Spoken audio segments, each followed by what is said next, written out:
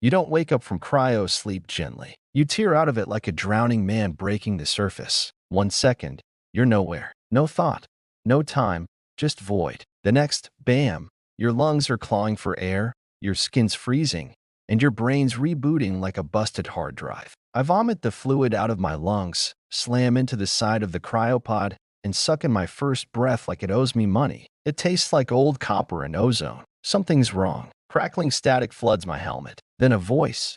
Raw, frantic. Repeat. This is Ghost Lead. If you're hearing this, wake the hell up. Drop in T-3 minutes. I want eyes open, mags checked, boots down ready. This isn't a drill. That voice cuts through the fog like a blade. Captain Reese. Which means I'm not dreaming. Which means something very bad has happened. Because Ghost Company doesn't thaw out unless it's a worst-case scenario. And worst case for us doesn't mean a city fell or even a continent burned. It means Earth is gone. My pod hisses open. The restraints unlatch. I fall out like a corpse dumped from a freezer. Gravity kicks in, artificial, shaky, and my boots smack metal. I blink hard, trying to force my vision into focus. Red klaxons strobe the cryo bay. Steam floods out of other pods as my squad wakes, one by one, coughing, choking, screaming. Ghost Company, 3rd Battalion, Earth Defense Legion. 70 soldiers, well, now maybe 50, frozen decades ago beneath the Martian surface. Sealed away like ancient weapons,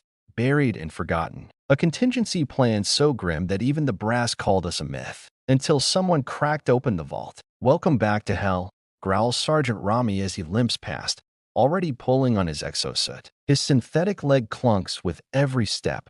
Old war injury. Never bothered replacing it with a proper clone. Suit up, Cade. We're up next. I glance at the briefing holo flashing above the armory. Alert. Planetary failure. Tarsus 7 invaded. Enemy force. Vraxi swarm. Orders. Immediate deployment. Shock tactics. Protect civilian remnants. Vraxi. That name hits like a slap. Insectoid. Hive-minded. Biomechanical. They burn through planets like locusts on overdrive. No diplomacy. No warning. Just slaughter and spore clouds. I jam my arms into the exoframe. The servos hiss as it clamps around my torso. My HUD pings to life. Combat feed syncing. Vital signs stabilizing. A familiar thrum fills my spine, the neural jack locking in. Hello again, Lance Corporal Cade Rowe. The suit AI chirps cheerfully in my skull. It's been 41 years since your last deployment. Ready to make some noise? Just point me at something that needs dying. Drop deck. The air stinks of fuel and fear. Rows of us stand ready, locked into our coffin-shaped drop pods. Not built for comfort, just a reinforced shell, a burn booster, and enough crashed gel to keep your bones from turning to paste on impact. We're human bullets. That's what ghosts are. Captain Reese appears in front of us, visor down, voice steady. All right, you beautiful bastards. Listen up. The noise dies. Even the ship seems to hold its breath. You've been asleep a long time. Earth's not answering anymore. The Vraxi hit hard, harder than anyone predicted. This isn't just a recon op. This is our line in the sand. He paces slowly. Tarsus 7 is one of the last civilian hubs in this quadrant. 2 million souls stuck there. No reinforcements. No evac. The swarm's already begun nesting. We are going in cold. High-speed drop. No orbital prep. We hit dirt, hit hard, and we do what we were born to do. We kill until there's nothing left to kill. We're Ghost Company. We don't die easy. We don't die quiet. We pound our chests, not for pride, for memory. Ghosts don't get funerals. Our only legacy is the noise we make on the way out. I step into my pod. The hatch hisses shut. Darkness swallows me. Countdown begins. 10, 9, 8. My hands tremble slightly on the grips. Not fear. Just rage humming beneath my skin. 40 years in frozen silence. 40 years dreaming of Earth, my sister, my city, all of it probably ash now. Now I get to scream. 3, 2, 1, drop. The pod fires like a cannon. My organs lurch. My vision tunnels. We burst into the upper atmosphere of Tarsus 7, flames licking the hull. HUD blares alerts. Extreme turbulence, anti-air incoming, plasma distortion. My pod shakes violently. Something explodes off to my right.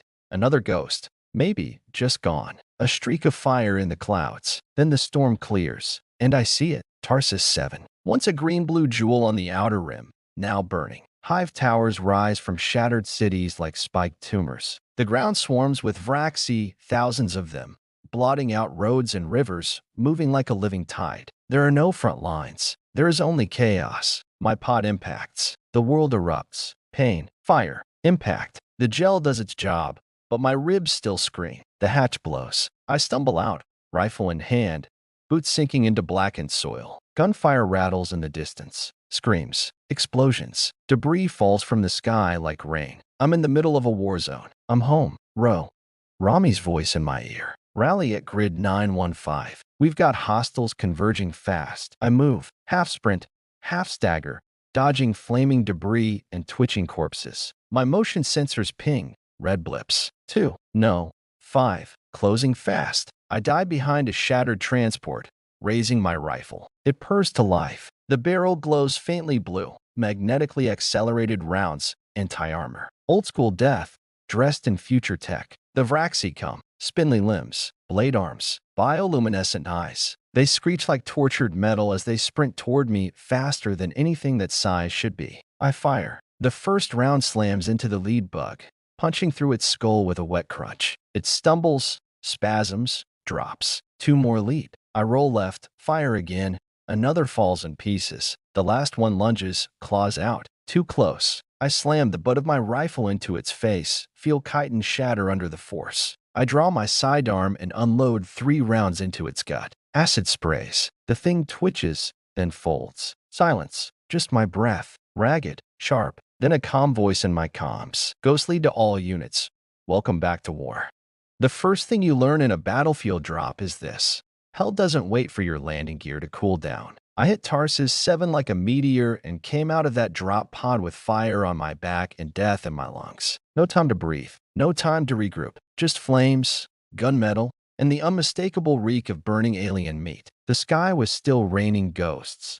Dozens of us streaking down through the atmosphere like angry gods. Most landed intact. Some didn't. One pod clipped a refinery tower and exploded mid-air, spraying molten debris across the landing zone. The Vraxi were already swarming. Our orders were simple. Secure the outpost. Establish a foothold. Survive. Row. On me. That was Rami, moving like a man half his age, armor scarred from more battles than I had birthdays. He barreled toward a line of shattered barricades, firing short bursts from his pulse repeater, cutting down the front runners of the swarm. I sprinted after him, sliding into cover beside a crumbling cargo hauler. My shoulder armor scraped metal. My hands were slick with sweat inside the gloves. It didn't matter. My rifle was steady. I peeked over the edge. The Vraxi were coming fast. They moved like a hive in full bloom. Dozens of spindly, clicking bodies galloping forward on 2 many legs, mandibles clacking, eyes glowing in that sickly green biolight. The sound of them alone was enough to raise the hairs on your neck, like knives dragged across bone. They're flanking from the north. Came a voice in my earpiece. Syrah, one of our comm specialists. Too many to hold without backup. Hold anyway, Reese barked. Make them earn every meter. I leveled my rifle and squeezed the trigger. The first burst nailed a runner in the throat. It folded mid-leap, twitching as its own acidic blood melted the pavement. Rami's shots tore through the flank, scattering limbs and carapace. All around us, ghosts were opening fire. The outpost was turning into a killing field, and still they came. A shriek rose above the din, a different pitch. Then I saw it, a Vraxi juggernaut, 9 feet tall, plated in dark armor. It moved like a living tank, knocking aside debris and bodies as it charged. Its forelimbs were fused into a massive bone blade, half axe, half battering ram. Juggernaut inbound. I yelled. Rami didn't hesitate. Hit it with everything. He popped up, launched a frag, then dropped again as the beast roared forward. The grenade detonated against its side. It staggered, but didn't fall. My rifle wouldn't punch through that hide. Not in time. So I ran, straight at it. 10 meters. 5. It raised its blade arm to cleave me in half. Too slow. I dove forward, slid between its legs, came up behind it, and shoved my sidearm right into the seam behind its thorax. 3 explosive rounds. Bang, bang, bang. It screeched. High, furious.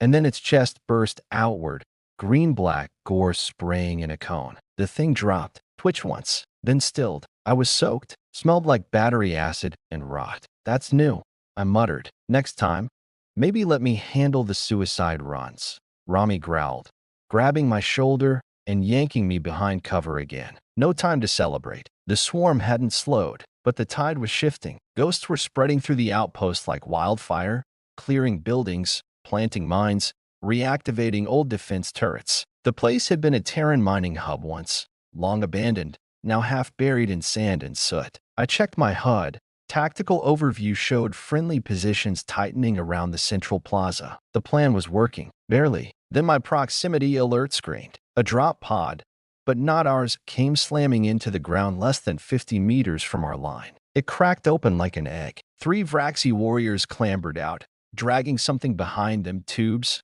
canisters, all glowing that same bioluminescent green. Tox deployment incoming, Syrah snapped. They're setting up spore gas. If they vent that here, we lose the whole sector. Reese came on comms, cool as ever. Ghosts, I want a clean sweep. Cade, take a fire team. End it. I nodded instinctively, though no one could see me, and grabbed 2 nearby soldiers. Diaz, Elko, with me. They didn't hesitate. No one in Ghost Company does. That's the deal. You follow orders, or you don't make it back. We sprinted low, fast, weaving between smoldering vehicles and shattered crates. The ground was littered with black ichor and the broken bodies of both man and monster. The air burned to breathe. 2 minutes until spore deployment, Syrah warned. We reached the alien pod, just in time to see one of the Vraxi finish connecting the canisters to a sprayer tower. Too late for subtlety. Diaz, suppress. I barked. Elko, flank left. I went straight through the center. Diaz lit up the nearest warrior, hammering its side with sustained fire. It hissed, screeched, and exploded in a flash of acidic mist. Elko's arc rounds caught the second one mid-leap, stunning it just long enough for him to bury a combat knife under its carapace and twist. I charged the last one, too big to shoot, too close for hesitation. It lunged. I ducked under its claw, grabbed its weapon limb, and kicked it square in the thorax. It reeled back. I jammed a grenade into its gill vent and shoved. Boom. I dove to the side as the blast went off. The spore tanks ruptured, but didn't vent. Thank the stars. Whatever toxin the Vraxi had planned to unleash stayed in the tank. Elko limped toward me, clutching his side. That the last of him? No such thing, I muttered, checking my rifle. But we bought time. We dragged back toward the rally point. The plaza was mostly clear now, Vraxi corpses in piles, turrets humming, ghosts patrolling with dead eyes and empty mags. The worst of the swarm was falling back. For now, we had maybe 15 minutes before the next wave. Reese stood at the center of it all, arms crossed, surveying the damage. He nodded when he saw me. Good work, Ro. You still know how to make noise. I chuckled, dry and bitter. Woke up 30 minutes ago and already need a shower and a therapist. He didn't laugh. None of us do, really. Reese pointed toward the comms array, which our engineers were struggling to bring online. We need that uplink operational. If there are any other survivors in the sector, they need to know we're here. I stared up at the sky, now choked with smoke and debris. In the far distance, another hive tower loomed on the horizon. I could almost feel the Vraxi regrouping, whispering, plotting. They'll be back, I said. Reese nodded. They always come back. But so do we. That got a smile. Just a flicker. Enough. We didn't win the battle for Tarsus 7 today. Hell, we didn't even win the sector. But we landed. We survived. We made noise. We reminded the galaxy that humanity wasn't extinct. We were just buried, biding our time. And now that we're awake, we're not going back to sleep. There's a moment after the fighting ends. Not peace, not calm, just quiet. The kind of quiet that comes when the screaming stops but your ears are still ringing. The kind of quiet where you finally hear your own heartbeat and wonder why it's still there. We held the outpost. Barely. Bodies lay scattered across the smoldering concrete. Most of them Vraxi, some of them ours. The air was thick with the stink of ozone, charred exoskeletons, and melted flesh. Smoke curled up from ruptured generators and broken turret emplacements. And we were still alive. Medic, someone shouted to my left. He's crashing now, damn it. I turned just in time to see Elko slump against a wall, a wide red smear trailing behind him. His armor was cracked. His breathing was shallow. The medics rushed in, hauling him onto a stretcher, injecting nanites and stimulants. I wanted to help, but I was no good with a medkit. I was good with a rifle. And now, at least for the next few hours, I didn't need one. So I did something almost worse. I waited. Ghost Lee turned the old mining command tower into a forward HQ. The structure was sturdy, mostly steelcrete and reinforced beams, probably designed to survive seismic quakes or an engine core meltdown. Good enough for us. I sat on the top level, overlooking the scorched plains around the outpost. The hive towers shimmered on the horizon like nightmares half-sketched into the sky. Row. I turned. Sergeant Rami. He walked with that familiar limp, still refusing to replace his busted synthetic with a working one. He handed me a rehydration tab and sat down beside me with a heavy grunt. Hell of a welcome party. Huh? I gave a dry chuckle. Thought we'd at least get a breakfast bar and a handshake. You got acid blood and a front row seat to extinction. Lucky day. We sat in silence for a moment. Below us, engineers were setting up thermal barriers. A couple of ghosts were dragging Vraxi corpses into a pit to burn. Less for hygiene, more for morale. It's easier to sleep when the bodies are ash. How many did we lose?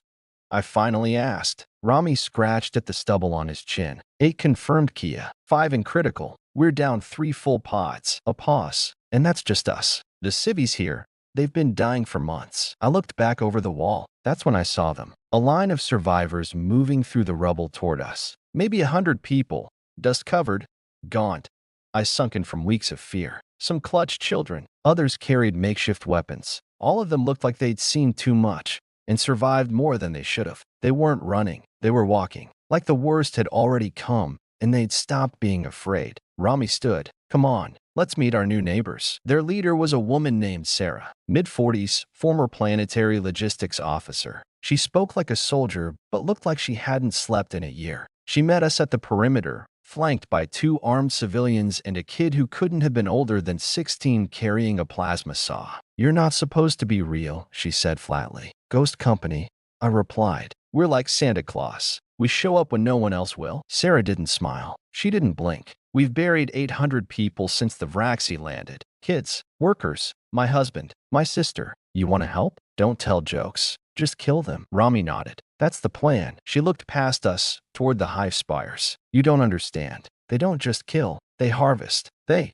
change people. They inject something. We've seen them drag bodies back alive. We don't know why. I felt my stomach twist. Experiments, or something worse, she said. Whatever it is, they're building, breeding. They've already turned the capital into a breeding pit. Rami's face was like stone. We'll torch every last hive tower before they get another inch. Sarah's expression didn't change, but she gave a small nod. It was enough. We let them into the outpost. It wasn't protocol, but nothing about this war was. The engineers opened the storage hangars, converted them into shelters. Civvies moved like ghosts, no pun intended. Quiet, hollow. Ghosts and survivors don't mix well. Normally, we're trained for war, not kindness. But necessity makes fast friends. I found myself standing watch near the medbay later that evening. The sun on Tarsus 7 doesn't set so much as dim, a thick red haze that never fully lifts. The whole planet feels like it's stuck in twilight. That's when I saw the girl. She couldn't have been older than 10. Curly black hair, oversized jacket hanging off her shoulders, and eyes that didn't blink. She stood at the edge of the medbay, staring at the triage units. One of them held Elko. He wasn't dead yet, but he wasn't conscious either. I walked over, slowly, removed my helmet. What's your name? She didn't answer. You know him. I pointed at Elko. She nodded. Your dad. She shook her head. He saved my mom. Silence. Then, barely audible. Did they all look like you? The soldiers. I smiled faintly. Mostly uglier. That earned a twitch of a smile. Not much, but enough. She looked up at me. Are you gonna win? I crouched beside her. Didn't lie. Didn't promise. Just said, we don't stop. That night, Ghost Company split into 3 shifts. Half stood guard. The rest ate in silence.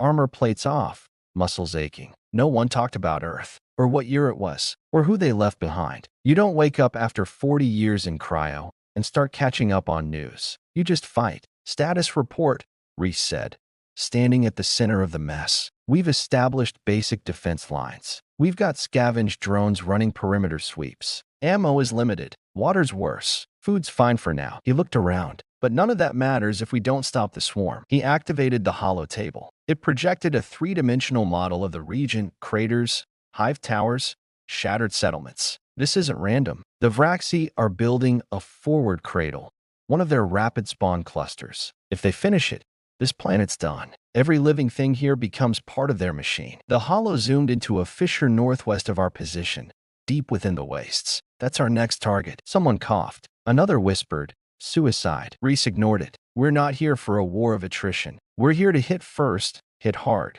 and make them bleed. I stepped forward. So, when do we leave? He looked me dead in the eyes. Dawn. The night passed in fragments. Rest came in 20-minute shifts. I watched the perimeter, cleaned my rifle twice, and tried not to think about what we were walking into next. At one point, I looked over the wall again, saw the girl, sitting beside her mom, holding her hand like it was the only solid thing in the universe. That's the thing the Vraxi never understand. They don't know why we fight so hard, why we charge into the fire, why we burn so brightly, even when we're outnumbered. They don't get it, because they've never loved anything. But we have, and we do. That's our edge. They think we're loud because we're angry, but they're wrong. We're loud because we're alive. The first thing we learned that morning was this. The Vraxi adapt, and they adapt fast. We were 50 clicks northwest of the outpost, marching across the ash plains under a blood-orange sky, our boots crunching into scorched soil that still radiated heat. The landscape around us looked like someone had tried to terraform a graveyard. Charred husks of trees, melted support beams,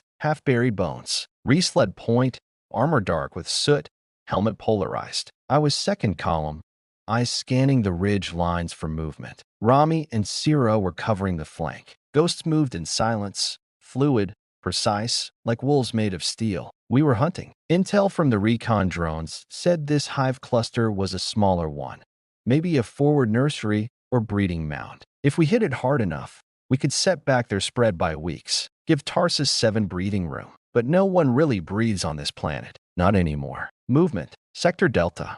Sira's voice crackled in my ear. 200 meters. Coming fast. We dropped into cover behind a shattered monorail line. Weapons up. My HUD lit up with red blips, dozens of them. Fast. Too fast. They found us first, I muttered. The swarm came over the ridge in a screeching tide of claws and black chitin. Vraxi foot soldiers, standard infantry class. Six-limbed, exoskeletal, about the size of a grizzly but meaner and twice as fast. Their green bioluminescent veins pulsed as they ran, screaming that metallic scream that never stops echoing once you've heard it. Engage. Reese ordered. We opened fire. Pulse rounds lit up the dark. Railguns thudded. Explosive rounds tore into the front lines of the swarm, turning Vraxi into clouds of ichor and limbs. Ghost Company fought like we always did. Deliberate, ruthless, united. But something was off. Rami, did you see that? I shouted. See what? He growled, cutting down 2 charging bugs with his repeater. The blood. Where is it? The swarm didn't spray like usual. No spatter. No acid hissing into the dirt. Just impact, cracks, and silence. I nailed one in the torso with a clean shot. It went down, but no fluids. Another took 3 rounds to the chest, twitched, and kept coming. They're not bleeding, I said. They're not dying right. Confirmed. Sira's voice was tense now. They've hardened. Plating's denser. Organ redundancy. They're evolving, Reese said flatly. Adjust your tactics. Aim for the vents. Go for neural clusters. Keep moving. We switched ammo types, swapped in thermals and disruptors. I aimed for a vent just behind the neck joint and fired. The Vraxi jerked like it hit a wall and collapsed into a twitching heap. Gotcha. But for every one we dropped, 2 more came. The wave kept surging. We fell into fallback patterns, leapfrogging positions, tossing grenades behind us, using the ruined monorail supports for cover. I watched Diaz go down. Something hit him in the side and launched him 10 meters into a ravine. No scream, just gone. Elko, status.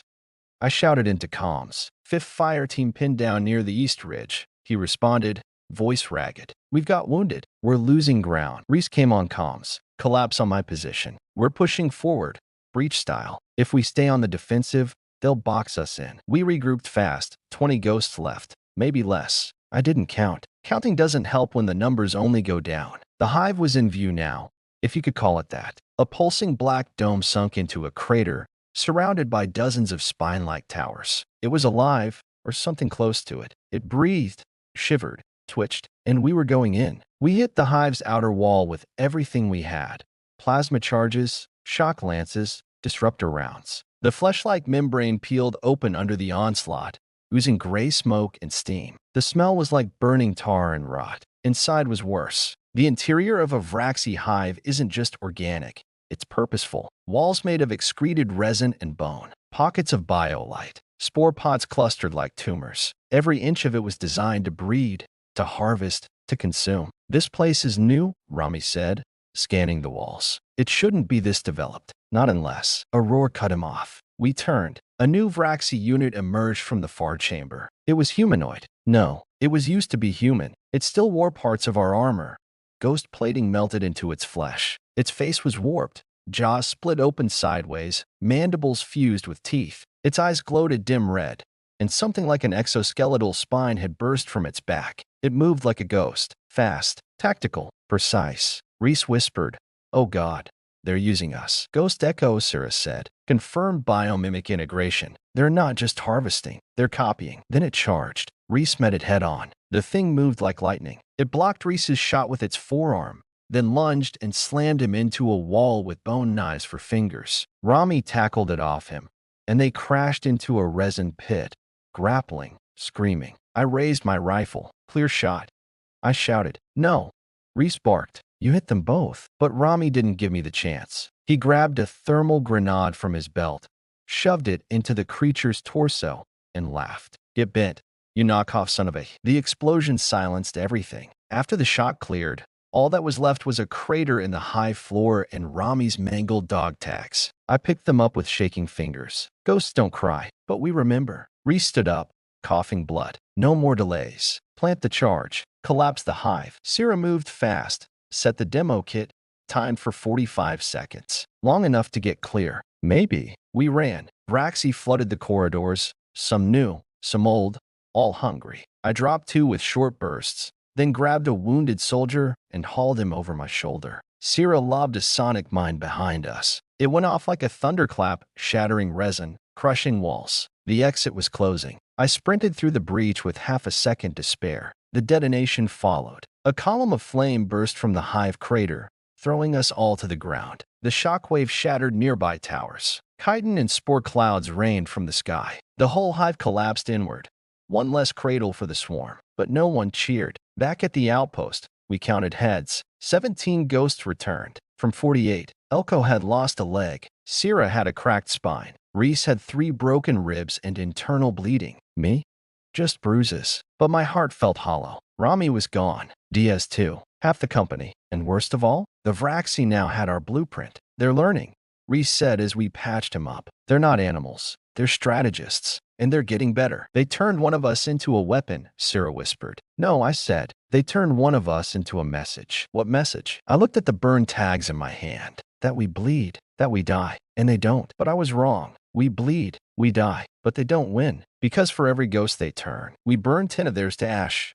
You learn to live with silence out here. The kind that sits in your chest and presses on your ribs like a weight you can't lift. The kind that makes your own thoughts sound too loud inside your helmet. After Rami's death and the collapse of the forward hive, that silence spread through Ghost Company like a virus. We didn't talk, didn't eat together. We trained, we fortified, we stood watch. But no one spoke unless it was about killing or dying. Some things cryo can't freeze out of you. The outpost on Tarsus 7 was stable for now. We had drone patrols mapping new hive activity, auto turrets on every wall, a buried fallback bunker in case the main perimeter failed. Civilians helped where they could, fixing power lines, growing hydroponics, salvaging what passed for normal. And still, the silence stayed. Then it broke. It started as static, low, broken, just background noise in the comm suite. Sarah was the first to notice it, buried under hundreds of junk signals. She didn't even look up at first, probably thought it was a memory glitch or phantom interference. But then it spoke,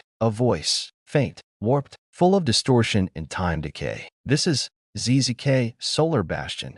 Repeat, Solar Bastion. Echelon Echo, Human Forces, Resist, Alive. It cut in and out, garbled and cracked like a dying transmission. Sarah froze. Her hands hovered over the console. Repeat last, she whispered, activating a loop. The message hissed back. Human Forces, Resist. We are alive. Within 10 minutes, every surviving officer in Ghost Company was packed into the comms center. Even Reese, still limping from cracked ribs, stood straight like gravity had forgotten him. Sarah replayed the signal 3 times. Each loop ended in the same broken call. We are alive. That voice didn't belong to any known broadcast system. The encryption tag was ancient, Pre-collapse Terran military. Something from the old Bastion days, when Earth still had orbital fleets and sprawling colonies. Reese frowned. That can't be real. Sierra shook her head. The frequency's genuine. I double-checked the bounce. It's coming from somewhere inside the Sol system. Elko, I said, didn't Sol get blacked out 20 years ago? Yeah, he replied, arms crossed. The Vraxi took Luna. Mars went dark. Earth. No one ever confirmed what happened. Just cut off. No outgoing transmissions. Dead channel. Sarah glanced at me, eyes wide. Until now, we stared at the screen like it might suddenly wake up and talk back. You think it's a trap? I asked. Some kind of bait? Reese shook his head. The Vraxi don't talk. They scream. They screech. But they don't fake Terran codes from 50 years ago. They don't use our names. So what the hell is Solar Bastion? Reese tapped a command into the console. Old logs scrolled across the hollow screen.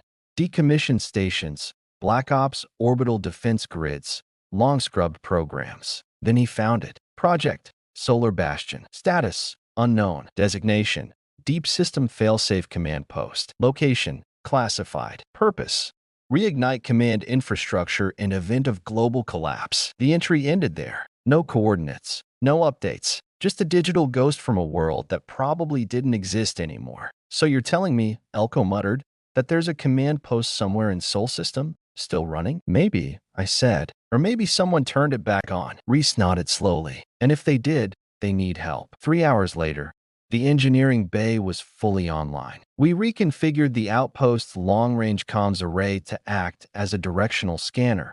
Old tech, rebuilt from half-broken satellites and hacked Vraxi antennae. The goal? Pinpoint the exact source of the signal. It wasn't easy. The thing bounced across 5 decayed satellites, refracted off 2 asteroid fields, and pulsed in an irregular cycle, like whoever was sending it didn't have steady power. But finally, it locked. Transmitting source, near-Earth orbit, origin marker, Lagrange point alpha. Sierra leaned back in her seat, blinking. L1, that's, I frowned, right between Earth and the Sun. Reese's eyes narrowed. Exactly where Solar Bastion was rumored to be built. There it was. Earth, silent, dead, possibly burning. And just next to it, a voice, whispering from the dark. We have to go, I said. Reese exhaled slowly. Yeah, I know, but if we leave Tarsus 7, these people won't last a week. Not unless we take out the Vraxi forward cradle first. That meant another assault, another fight, another bloodbath. It always did. Later that night, I found myself standing on the outer wall, watching the stars blink through the haze of ash and smoke. Behind me, the outpost breathed like a wounded animal, constant hums of machinery, faint coughs of generators, the occasional crackle of a plasma torch. Sarah, the civilian leader, joined me without a word. You heard? I asked. She nodded. The signal, the voice from home. Do you believe it? I want to. That was honest. Too honest. I looked down at the soil, blackened, hard-packed, stained with too much blood. I forgot what hope felt like. She laughed once. You never forgot. You just buried it under armor. We stood there a while longer. Then she said, if you go, will you come back? I looked at her. Looked at the girl curled up in the mess hall earlier, still clutching a worn-out teddy bear someone had patched with combat gauze. And I said the only thing I could. We don't come back, but we make sure the bastards regret it. At dawn, Reese stood before what was left of Ghost Company. 16 of us now. Maybe 17 if Elko's new prosthetic got calibrated in time. He didn't give a speech. No inspiring rally. Just cold facts. We're going after the forward cradle. It's deep in the ridge wastes, under a Vraxi nest. We destroy it. The swarm loses its next wave. Then we launch a signal to Solar Bastion and find out who's still alive out there. Anyone who doesn't want to come, step back. No one moved. Because we're ghosts. We don't stop. We don't blink. We don't bury each other until the mission's done. Reese nodded. Prep gear. Load megs. We burn in 6 hours. 6 hours. That's all we had. I spent mine writing a message on a shard of polymer from my drop pod. Just a few lines. Name, unit, a quick apology, a promise. I handed it to the girl before we left. What is it? She asked. Insurance, I said. In case you die? No, I said. In case I live. She looked confused. I didn't explain, because if I came back, I wanted something worth coming back to. The signal from Sol was still repeating in the comms array, looping every 15 minutes like a heartbeat. Human forces resist. We are alive. And for the first time since I woke from cryo, I believed it. Not because it promised salvation, not because it sounded strong, but because it sounded human, cracked, bruised, but still trying, still fighting, still alive. The ridge wastes weren't named for poetry. They were named because that's all there was. Miles of scorched red dunes, jagged stone ridges like broken ribs, and a wind that never stopped screaming. No cover, no shade, no mercy. We burned into the desert under gray daylight, each drop shuttle-hugging the terrain to avoid detection. The sand kicked up in dirty cyclones, and even with filtered breathers, you could taste the iron in the air. Syrah's voice crackled in my earpiece. Cradle confirmed. 2 clicks east, buried under the ridge. Vraxi activity heavy. Reese nodded from the cockpit. We punch hard. Plant charges. Get out. No hero plays. I snorted. When have we not gone full hero suicide? He gave me a dry look. Try dying after the objective this time. We hit ground like thunder. Shuttles dropped fast. Doors blowing open before the sand even settled. Ghost Company fanned out. Tight formations. Rifles raised. Sensors sweeping. I moved with Fireteam Zeta, Elko, now running on a carbon fiber prosthetic that hummed with every step, and Syrah with her wrist drone flickering overhead like a metallic hawk. Then we saw it, the forward cradle. Half buried in the dunes, it looked like a colossal, pulsating cyst, black and gray plate stretched over an organic dome, with dozens of venting spires belching green vapor into the sky. Nestled into the canyon like a cancerous heart, spore sacs were already forming along its base, bulging pods full of embryonic Vraxi. We were early, but not by much. Burn it to hell. Reese ordered. We charged. The Vraxi were waiting. They came out of the sand like a trapdoor snapping open. Camouflaged units burrowed into the dunes, their carapace painted to match the terrain. I watched 2 ghosts go down before they even saw their killers. The swarm rose in waves. Claws, bone lances, acidic breath cutting through the air. We fired back. Pulse rounds lit the battlefield. Rail bursts tore holes through charging drones. Elko dropped 3 with a scattershot burst before one tackled him, tearing at his arm. I yanked it off with a combat blade and drove the tip through its eye cluster. Syrah's drone dove in, unleashing an EMP that sent 3 Vraxi into spasms before we finished them off. Still they came. Get to the cradle wall, I shouted. We plant the charges up close. Reese was already there, firing point blank into the dome, his rounds digging into the flesh metal surface and making it scream. Not figuratively. The thing literally screamed when you heard it, like it knew. We reached the base. I slapped the first thermite charge against a vent seam and keyed in the timer. First package set. I yelled. All around us, ghosts were doing the same. Explosives dug into weak spots, joint seams, biotubes, growth vents. Detonations ready in 90 seconds. Syrah called out. Fall back to extraction line. Resparked. That's when the Alpha class emerged. We didn't know what to call it. Not really. Later, the tacticians would name it a biowarden. In the moment, we just called it Big Ugly. It rose from the center of the cradle, 15 feet tall, plated in reinforced obsidian chitin, with 4 arms and a dozen biocannons grafted into its torso. Its face was a split mandible skull, with what looked like Terran armor fused into its chest. Not worn, fused, like it had eaten us and made our bones part of its armor. New contact. Elko shouted. Dead center. Unknown class. The biowarden roared, deep and subsonic. It shook the ground. Then it opened fire. Bioplasma rounds slammed into our position, sending sand and ghosts flying. One struck a charging soldier square in the chest and liquefied him. Another burst near Syrah and knocked her flat, her drone sputtering out midair. Hit it with everything.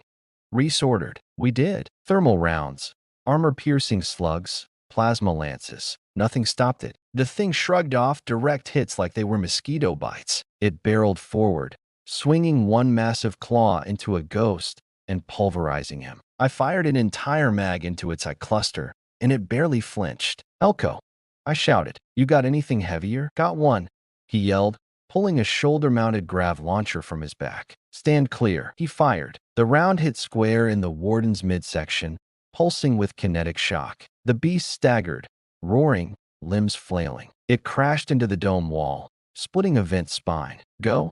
Now, Reese shouted. That's the window. We dragged Syrah up and ran. All ghosts scrambled to the exfil point. 300 meters of open sand. No cover, nothing but blood in the air and death behind us. 30 seconds to detonation. Vraxi chased us in packs, screeching. I turned mid-run, nailed 2 with headshots, and kept moving. One jumped on my back.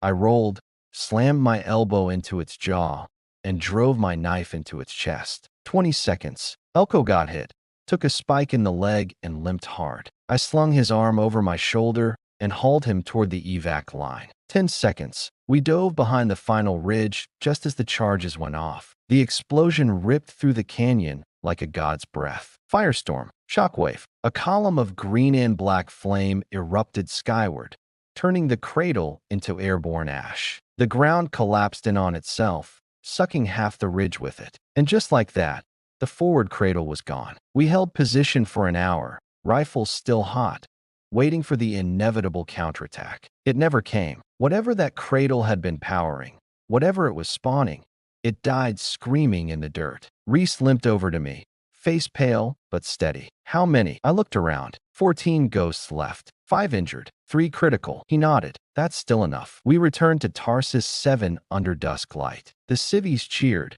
not because they understood what we'd done, but because they could feel it. The swarm pressure had broken. No more drones in the sky. No more screeches in the night. We bought them time, and maybe hope. Syrah got patched up, bruised lungs, fractured shoulder. Elko had a new limp to match mine. Reese didn't sleep for 2 days straight. Me? I stood under the comms array and stared at the signal pulsing from Sol. Still there, still looping. Human forces, resist. We are alive. Sarah approached quietly. You did it, she said. For now, I replied. She handed me something. Rami's dog tags. I stared at them for a long time, then put them around my neck beside my own. We're going to follow that signal, I said. Whatever's left of Earth, whatever solar bastion is, we're going to find it. And if it's a trap, I smiled, then it'll be the last one they ever set. That night, the stars above Tarsus 7 felt closer. Not brighter, not cleaner, but closer, like they were leaning in, watching, waiting to see what we'd do next. We weren't just fighting to survive anymore. We were fighting for what came next. Even in cryo, even dead asleep, you feel it. The absence of gravity pulling on your skin. The hum of life support too clean, too artificial. The subtle dread of knowing there's a vacuum outside the hull that could suck the soul out of your lungs in a second. Ghost Company left Tarsus 7:48 hours after the cradle fell. The civilians held a line across the hangar bay. Makeshift flags, hand-scrawled signs. Even a band that managed to put together a half-working speaker for some pre-collapse anthem none of us remembered. We didn't speak much during the send-off. We just nodded, saluted. Elko gave the little girl a ration bar and told her to keep it safe for when Earth shows up. And then we were gone. The ship was old, UNSC Straylight, a stealth-capable reconnaissance freighter retrofitted for long-jump insertion. The cryopods were stained with old stims and patched ice seals. The NAV computer still spoke in old Terran English, but she flew. Reese stayed awake for the jump cycle. Said someone had to keep eyes on us. Said he didn't trust machines to watch men sleep. Syrah and I climbed into adjacent pods. I looked at her before the lid closed and said, if we wake up inside a hive, I'm blaming you. She smirked. If we wake up in a hive, I'm killing you first. You snore like a chainsaw. Then the cold hit, and everything vanished. We burned through 12 light years in 3 hours. Woke up stiff, cold, hungry, angry, all of it normal. But what wasn't normal, what hit us as soon as we stepped onto the bridge, was the absence. Sol system, no signals, no comm chatter, no orbital relays, just dead air. Syrah ran diagnostics while Reese pored over a star chart. The planet readouts were still there, Luna, Mars, Jupiter's moons, but every ping we sent out came back empty, like the whole system was holding its breath. The signal's still transmitting, Syrah finally said, her brow furrowed. But it's faint, decaying, like the source is flickering. Elko leaned in, now walking full-time with his synthetic leg. Any chance it's a loop? It's not repeating perfectly, she replied. The background changes each time. Someone's still talking. Reese folded his arms. Then we get closer. We moved in slow, stealth field engaged, engines minimal, running dark. As we approached Lagrange Point Alpha, the source of the signal, we saw it. Solar Bastion, or what was left of it. The station had been massive once.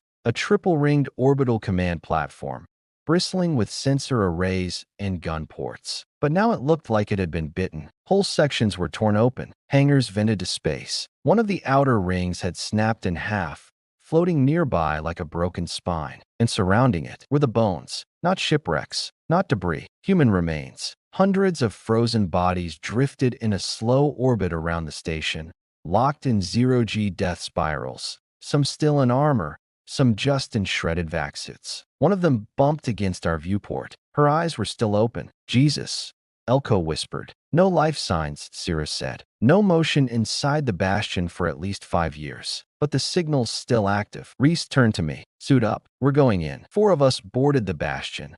Reese, Syrah, Elko, and me. The airlock was still functional, but every inch of the station smelled like rusted blood and melted circuitry. Lights flickered. Some sections still had gravity, others didn't. We moved in silence, weapons raised, and then we heard it. A voice, clear, human, female, not over comms. In the walls. Human forces, resist. We are alive. It wasn't a recording. It was a live loop, echoing from the station's central AI core. Syrah plugged into a wall port, fingers dancing over rusted keys. The AI's running on backup batteries. It's been broadcasting a distress call every hour for 21 years. Can we access it?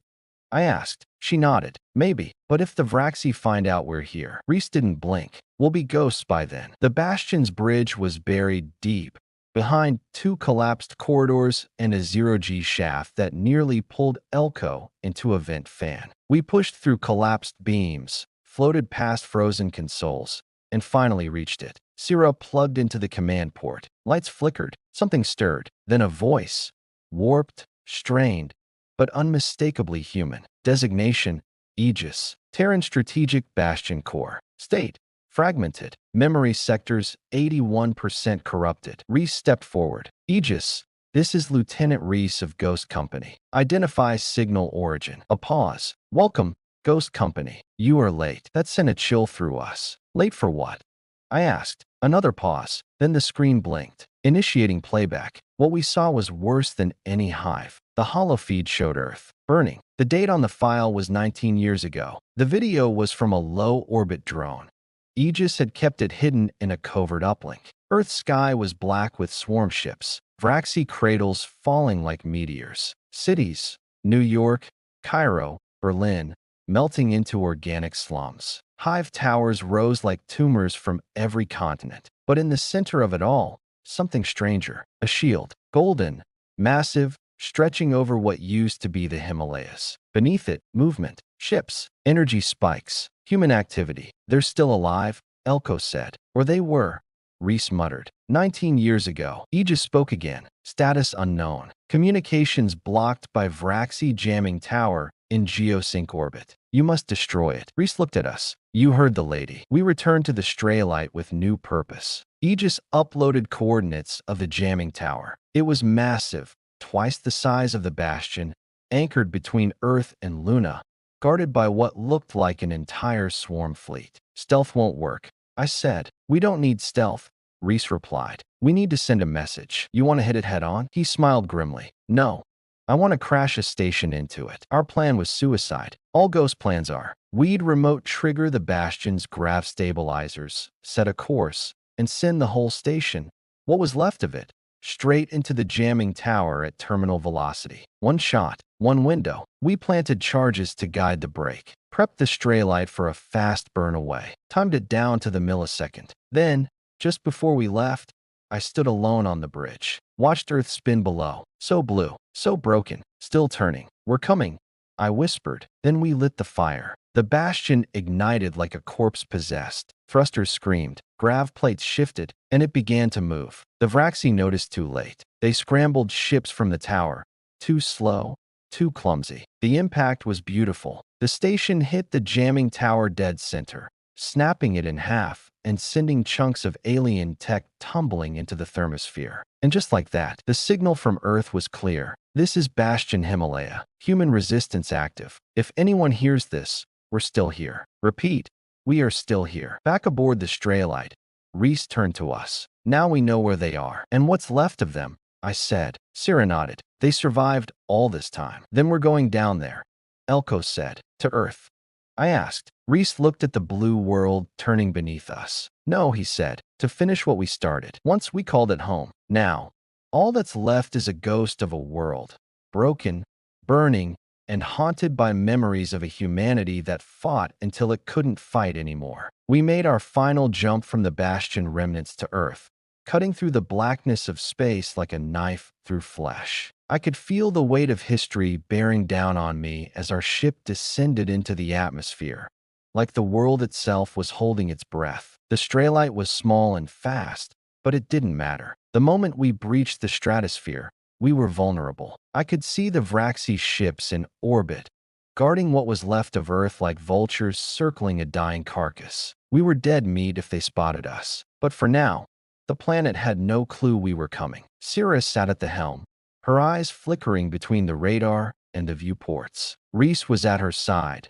silent as usual, just watching the greenish-brown orb that loomed larger with every passing second. Elko stood behind me, his eyes fixed on the planet too, prosthetic foot tapping nervously against the deck. He'd been quiet ever since we left the Bastion. "What are we going to find?" he muttered. I didn't have an answer. The Earth we were heading to wasn't the one we knew. It was a shattered husk, twisted by years of war, devastation, and alien occupation. Cities once brimming with life were now nothing more than craters, and the survivors were scattered in bunkers, hiding from the things that had killed their world. Landing in 5, Syrah's voice broke through the silence. I leaned forward, gripping the edge of the console. Reese's jaw tightened. "Brace," he ordered. The ground below rumbled as the Straylight's thrusters burned hot. We skimmed the atmosphere, dodging collapsed space elevators and blackened ruins. The sky was thick with smoke. The planet seemed to bleed fire from every corner. A flash of red crossed the radar. "Incoming. Vraxi ship at 6 o'clock." Syrah shouted. We were already too deep into the atmosphere for stealth maneuvers. "Elko, get to the gun turrets." Reese snapped. I reached for my weapon, but the ship was shaking violently now, torn between its descent and the pressure of the atmosphere. It didn't take long before the first salvo hit. The impact shook the hull. The Vraxi ship didn't waste time. The second round of plasma tore through our wing, sending sparks flying and alarms blaring. The whole ship screamed as it lurched forward. "Stabilize," Syrah shouted, fighting the controls. "We need to get down now," Reese growled, slamming a fist against the console. "Syrah, land." We were descending faster than we should have, heat building around us like an inferno. I glanced out the viewport just as the Vraxi ship fired again.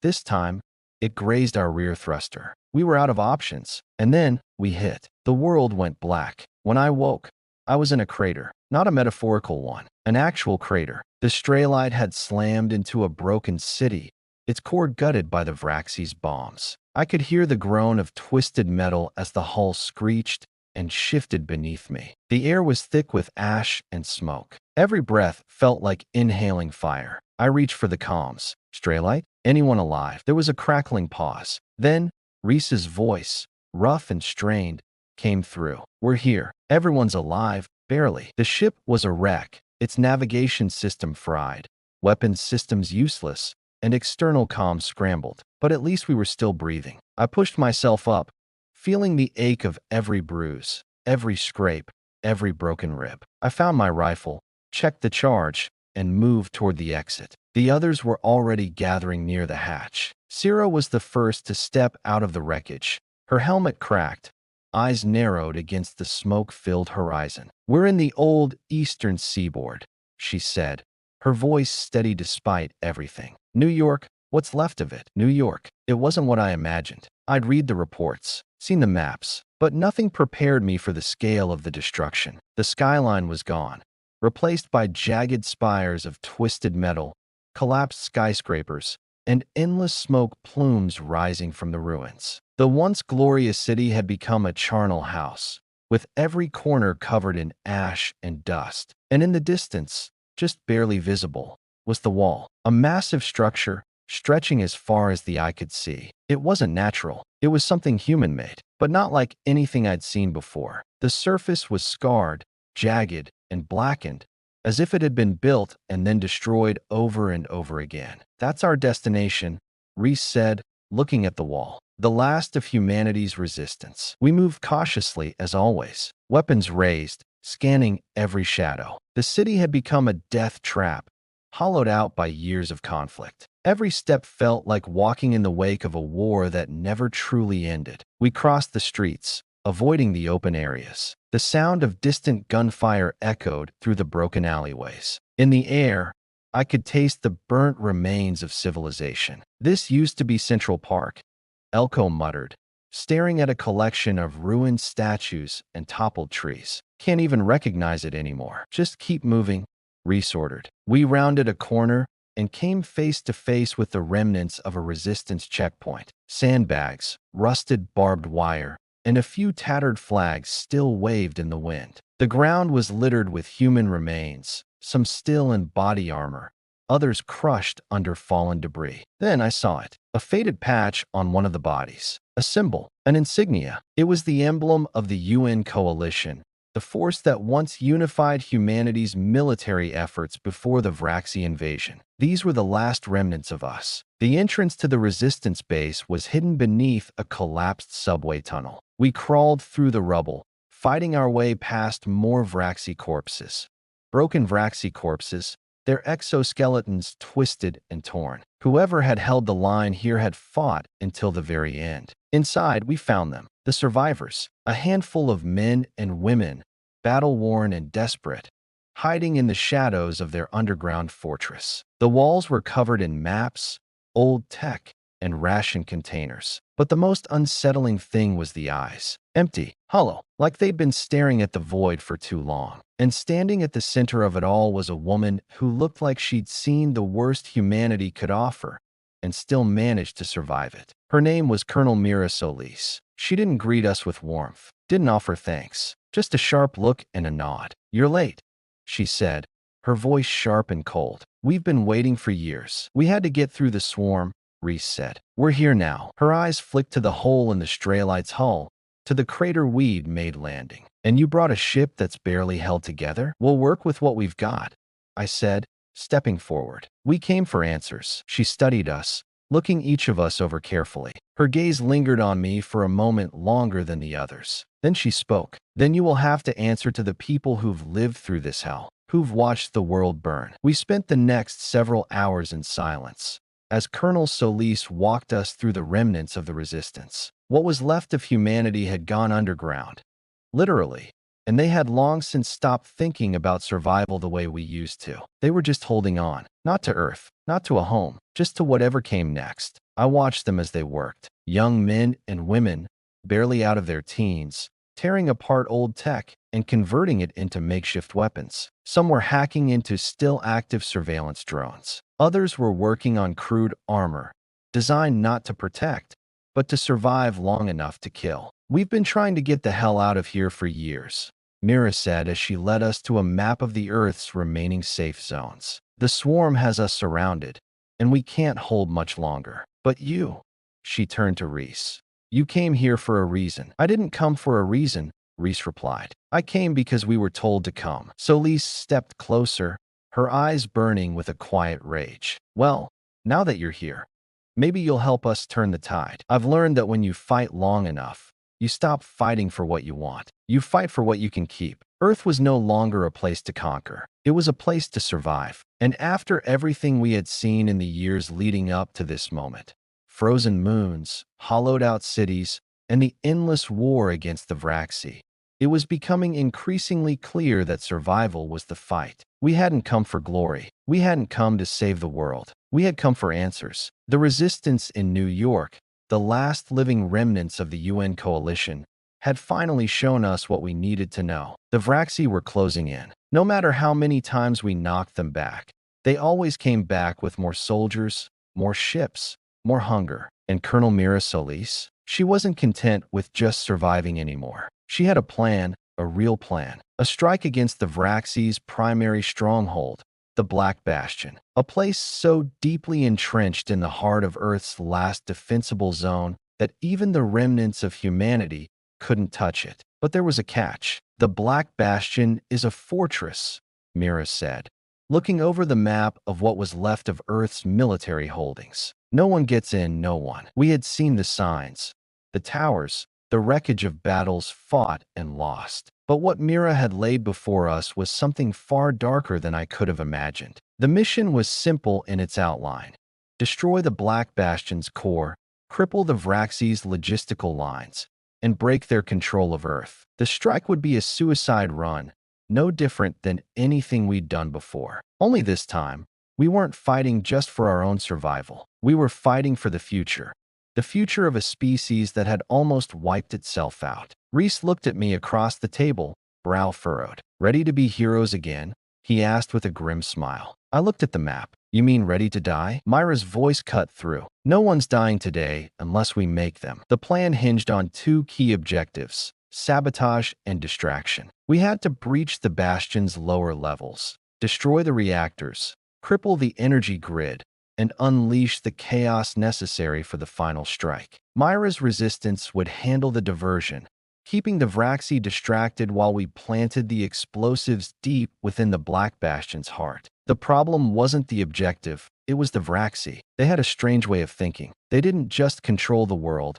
they consumed it. With each planet they took, they broke it down, absorbed it, and made it part of their own. The Black Bastion wasn't just a military installation. It was alive, a breeding ground, a factory, and a prison all rolled into one. There were rumors, nothing confirmed, just stories passed between survivors, that the Vraxi used the core of the Bastion to generate more of themselves. Their very cells were being manufactured, grown, and harvested from this singular point. And that was what we were going to destroy. We boarded the extraction ships under the cover of night. Syrah, Elko, Reese, and I, along with 24 resistance fighters, prepared to make the descent to the Black Bastion's heart. The plan was to infiltrate the Bastion's underbelly, set the charges, and retreat before the Vraxi knew what hit them. Syrah checked the external comms. Shielding's up. No sign of movement outside the perimeter. Elko ran diagnostics on his prosthetic leg, testing the enhanced functionality. I'm ready, as long as this damn leg doesn't freeze again. We took off into the night sky, rising high above the crumbled remains of New York. The smoke from the fires below still choked the air, but for the first time in a long while, I saw something that resembled hope in the faces of the resistance. It wasn't much, but it was enough to push us forward. The Black Bastion was a massive spire in the distance, a towering monolith that seemed to pierce the very sky. It was a fortress in the purest sense, undefeated, unyielding. As we approached, the scale of the thing became apparent. It was too quiet, too still. There was no sound of gunfire, no sign of a major conflict in the area, just the wind and the buzzing of our engines as we flew in. You sure this is the right place? Reese muttered, scanning the terrain ahead. Syrah brought up the visuals on her HUD. This is it, straight through the breach. We were descending now, into the heart of the beast. We landed silently in the shadows, just outside the Bastion's entry point. The structure itself seemed like a living organism, its surface pulsing faintly with bioelectric energy, a deep hum filling the air. There were no guards, no automated defense systems, nothing. Shut it down, Reese said, his voice tight with the awareness of how exposed we were. We moved quickly, silently. Our comms were muted to avoid detection as we approached the core access. The Vraxi had left this area completely unguarded. Either they were completely unaware of us, or they were playing some kind of game. And then we saw it. The core. It wasn't like anything I had expected. It was a swirling mass of black and red energy, suspended in midair by some kind of bioengineered force field. It was alive,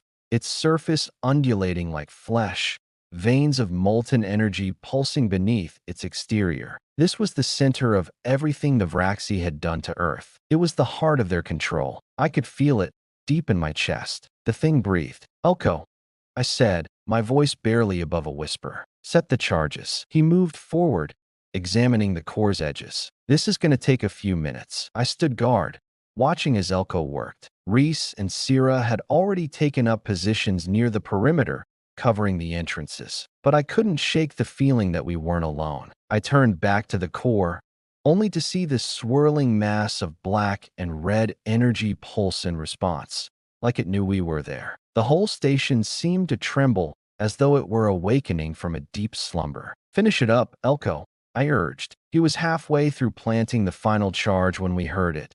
The unmistakable sound of boots pounding across the metal floor. Vraxi soldiers, clad in their black armor, emerged from the shadows, their eyes glowing with predatory intent. It was a trap. A firefight broke out almost immediately. We fought to hold the line, keeping the Vraxi at bay while Elko set the last charges. Pulse rounds cracked through the air, striking the armored Vraxi with sickening thuds. Sira's drone darted between combatants, disorienting the enemy with a barrage of EMP bursts. Elko finished the charge and turned to us. Done. But before we could retreat, the core pulsed again, louder this time. The entire bastion seemed to shudder. That's not good, Reese muttered. The Vraxi responded with an all-out assault, charging in from every angle. We fell back to the breach point, but it was too late. They were too many. We had a split second to make a decision. Go, Reese yelled. We don't have time to die here. We retreated,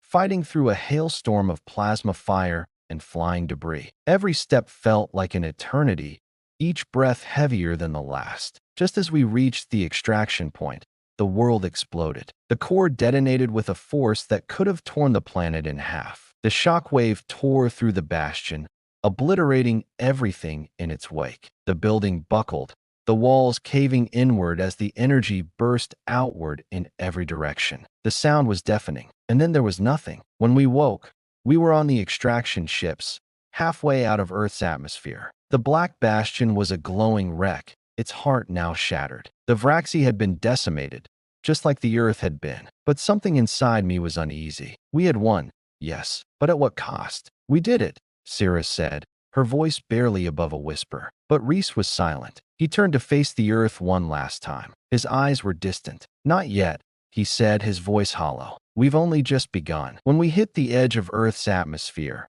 I had only one thought in my mind. We did it. The Black Bastion was gone. The Vraxi were weakened. Earth was free, for now. The mission had been successful, but the weight of it was crushing. Each of us carried the scars of the battle, both physical and mental. Reese, Sira, Elko, and I.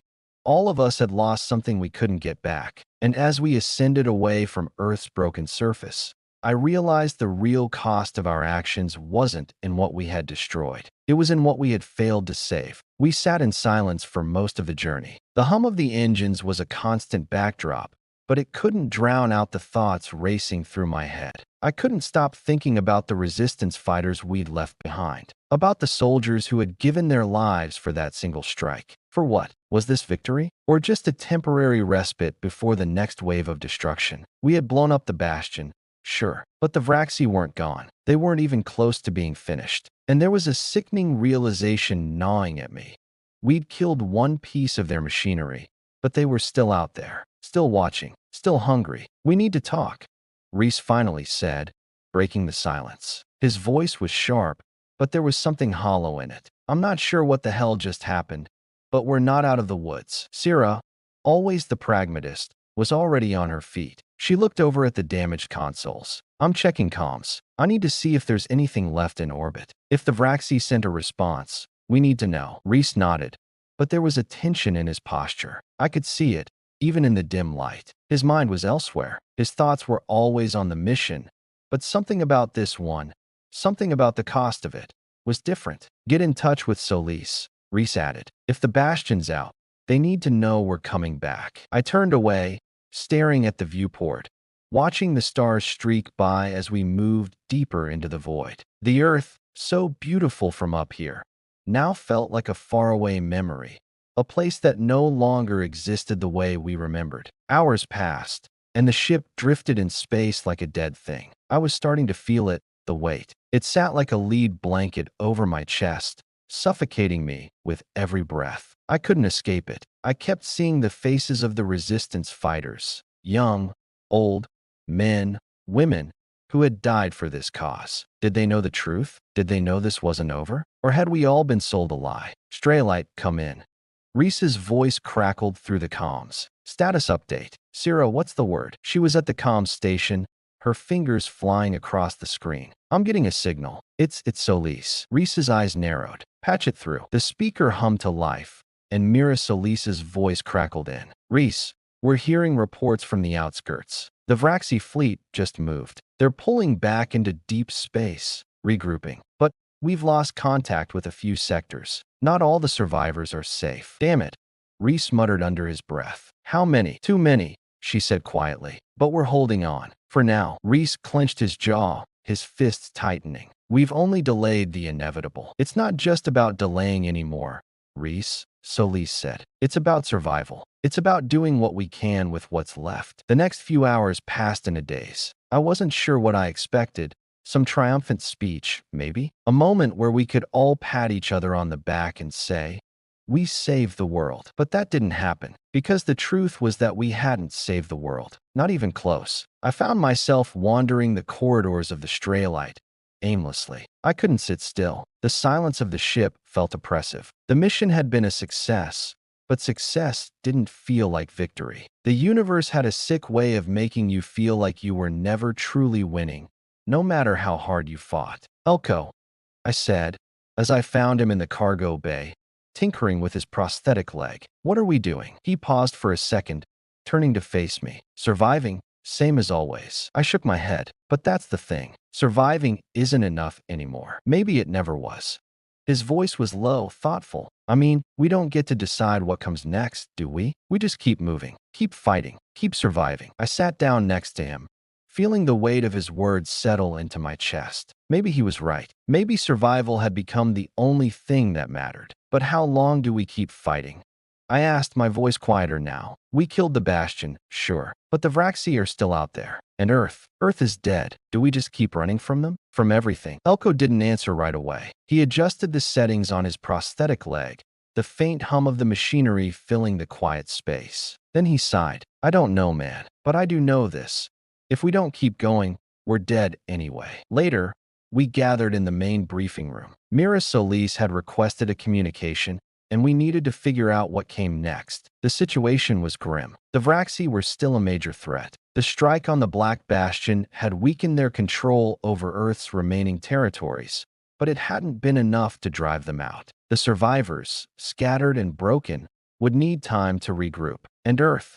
Well, Earth had already given everything it had. There wasn't much left to save. "We need to consolidate the remaining territories," Mira said, her voice filled with resolve. "And we need to prepare for the Vraxi's next move. They won't sit idle. They'll come back, and when they do, we'll be ready." Reese sat back in his chair, rubbing his temples. "Ready? With what? We've got a handful of survivors left and a ship that's barely holding together." "We'll make it work," Mira replied. "We've always made it work." The words hung in the air like a bitter promise. But I wasn't convinced. I'd heard this speech before, countless times, in the last days of humanity. "We'll make it work." It had always been a lie. Survival wasn't the same as living, and we had long since forgotten how to live. As the briefing ended, we all stood in silence. The weight of what was coming, of what we still had to face, pressed down on us. The mission wasn't over. The war wasn't over. And somehow, I knew that the next battle would be even harder than the last. "Elko," I said, breaking the silence. "What's the next step?" He looked at me, eyes filled with a mixture of exhaustion and determination. We fight. We fight until we can't anymore." I nodded. He was right. We didn't have a choice. As I looked out at the stars that stretched beyond the viewport, I felt a strange mix of peace and dread settle over me. The fight wasn't over, not by a long shot. But for the first time, I realized that the war wasn't just about saving humanity. It was about saving what it meant to be human. And as long as I could still hold on to that, maybe, just maybe, we'd find a way through. But the darkness was closing in, and it was only a matter of time before the next battle would begin.